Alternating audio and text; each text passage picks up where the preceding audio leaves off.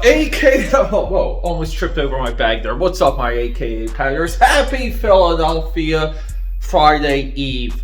We're talking, we're still on this Black Panther, Black History Month thread, but we have a banger here, and this exposes one of my criticisms of comic book collecting and the comic book industry as a whole, because, collecting's a part of reading comics. Defenders 84. This is a absolute significant issue, and the reason is it's the first time Wakanda meets up with Atlantis, or Namor fights the Black Panther, and you would think with all of that Wakanda Forever hype that this sucker would have shot through the stratosphere, and the speculators would have jumped on this, because it's not. It's what they call a key issue. I freaking hate that term, but it's absolutely significant. It's a banger issue. It's awesome. I love it. I want to share it with you, but I just want to make a quick little point. Right now we're in Women's History Month, or Women's Month, and previously or in February it was Black History Month, and I use a lot of these, let's just call them themes, or I use a lot of these themes to go into deep dives. It's like a reason for me to delve into a subject matter deeper than I ever would have. And in a way, am I celebrating, am I promoting Black History Month along the way, or am I promoting Christmas or Easter? The answer is yes, but at the same time, what it exposes in me as a commentator and reviewer, and what it forces out of me, and how hard it forces me to research some of this stuff, it does pay off. So I just wanted to say that. Let's hit the drawing table. Defenders 84, the first time Black Panther faces off against a Namor. Let's go. All right, cheers, AKA Powders. Let me get a little swing of this.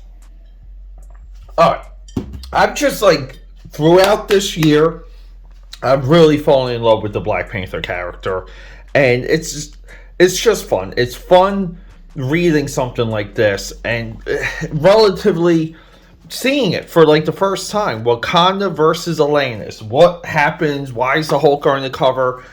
When we talk about the Defenders, remember the Defenders are these guys: Doctor Strange, Namor, Hulk, with Silver Surfer, sometimes Silver Surfer, not always.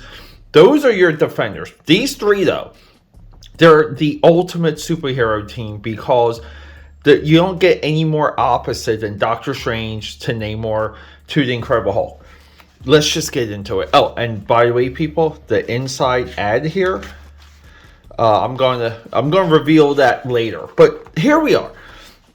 I love the callback. So we're immediately calling back to the last issue. The Unnameable. This is who our heroes had to go up against right before this issue begins. So they defeat the Unnameable. Namor's kind of having a banquet. They're celebrating, but Namor's kind of, he just lost a close friend. Doctor Strange trying to console him. And basically the way that they defeat the Unnameable, they lock the Unnameable inside the mind of Bruce Banner and the Hulk. So we basically explain how that works here. Amazing exposition, and then we get to our conflict. We have Atlanteans doing a black market deal with Wakandans. These are criminals to criminals. And then out of nowhere, the Black Panther just breaks up the party, as he always does. Black Panther, that's a little bit of the trope I love about the Black Panther, but not trope. Again, editorial use, editorial mandate, where the Black Panther comes out of nowhere, coming in hot. So, let me explain this. This transaction here has nothing to do with vibranium. This is a exchange of Wakanda technology to Atlantis, so Atlantis can get some type of advantage. Namor doesn't have any knowledge of this, of course. But basically, Black Panther wrecks house.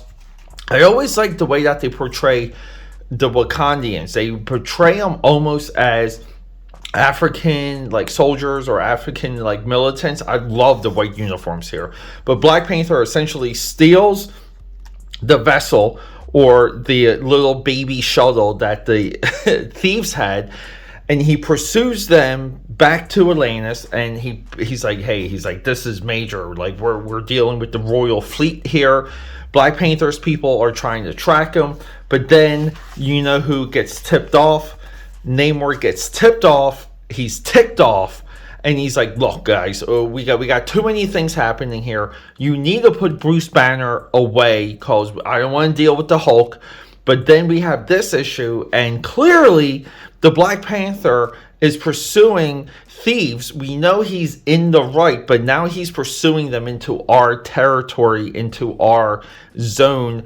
We can't have it. So he confronts the Black Panther.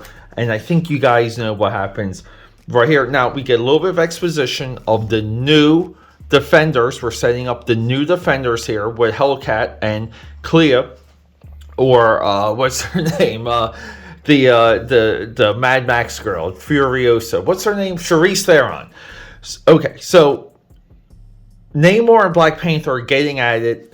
Black Panther, being underwater and all, has a brilliant idea to throw a explosive bomb that ties up Namor, blows a hole in the side of the chamber, floods the chamber, kind of regrets doing it, but starts flooding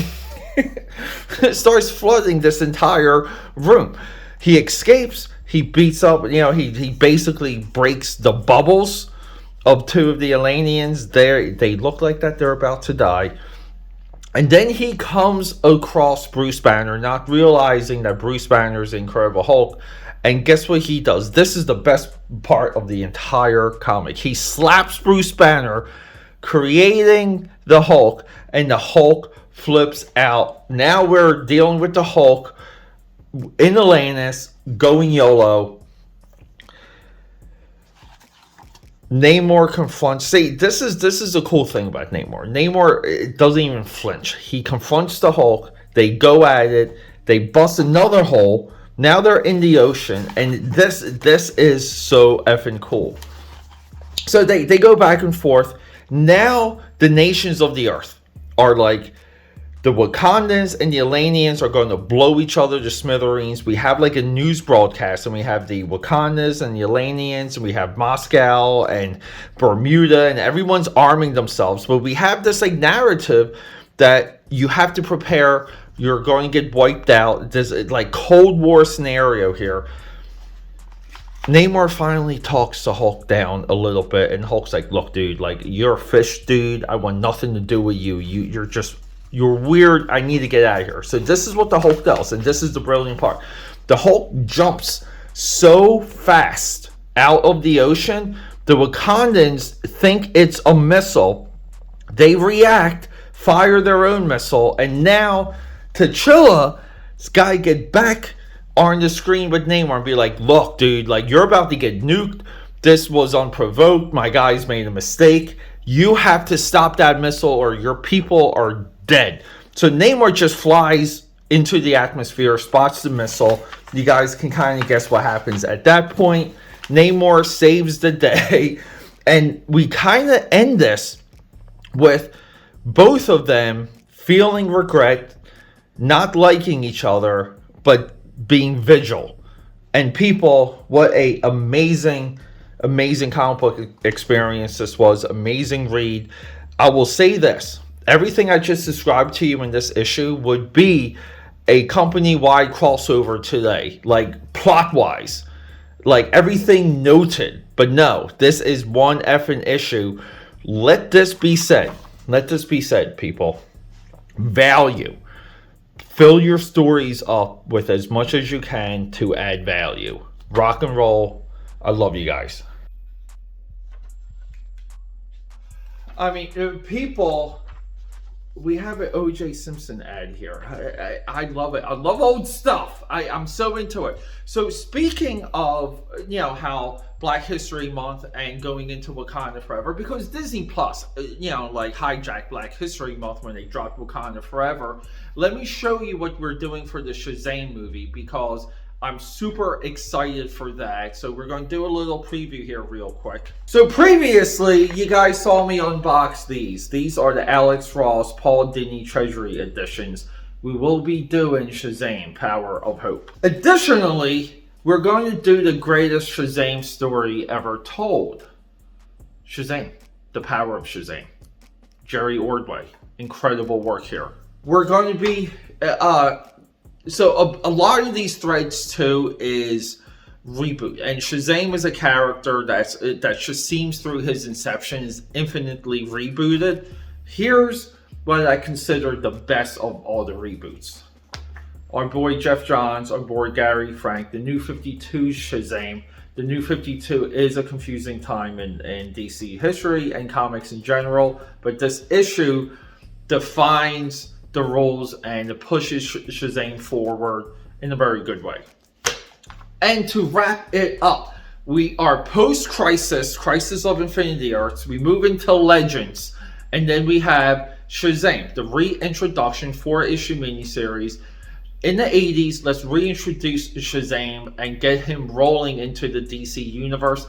This, I would say, this trajectory did, and like it landed Shazam in superpowers, and he got this action figure. So, okay, everyone, aka Pat here. I love you. We just got a lot of stuff coming. I'm really trying to do more than one video a day now, but hang out with me during live streams. Subscribe, support, leave a comment, and show this video to your cat. We are a cat-friendly network.